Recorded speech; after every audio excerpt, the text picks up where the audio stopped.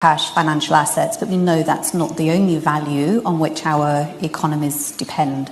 We know that every aspect of every part of the economy is fundamentally dependent on nature, as you highlighted. The air that we breathe, the water we drink, the soil, the oceans that we need for the food that we need to consume, the minerals that we need as inputs to technology and to infrastructure.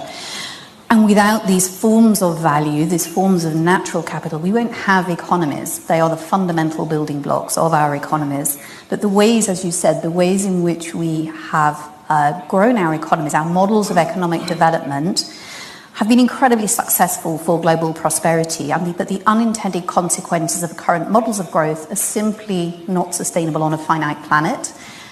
The amount of resource that we are drawing into our economies, Earth's resources, and the amount of pollution and waste that we're pumping out, whether that's through greenhouse gas emissions, whether that's sewage into our water, whether it's plastics into the ocean, is beyond the Earth's carrying capacity. And we know that that's leading, as you said, to very significant direct impacts for society, but very significant financial costs for the economy. You can look at that as you have and calculate that at a macro level.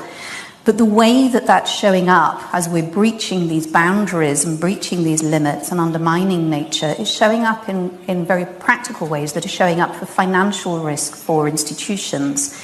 Lack of water is leading to disruption of operations, of supply chains where water is needed as an essential input for manufacturing or power production. The degradation of soil is leading to reduced agricultural yields. The decline of pollinator species is also having an impact on agriculture. So that's leading to direct financial risks for organizations, for businesses, and ultimately for investors.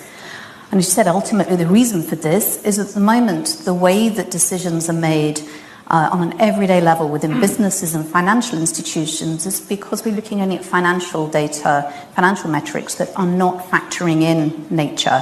Nature is treated within the economy as though it's unlimited and predominantly as though it's free. And the risks and harms are simply not costed in financial terms. We can cost them at a macro level. They're not costed into day-to-day decision making. And the result is, as a consequence, we've put all of our economies at fundamental risk. We can't do business on a dead planet.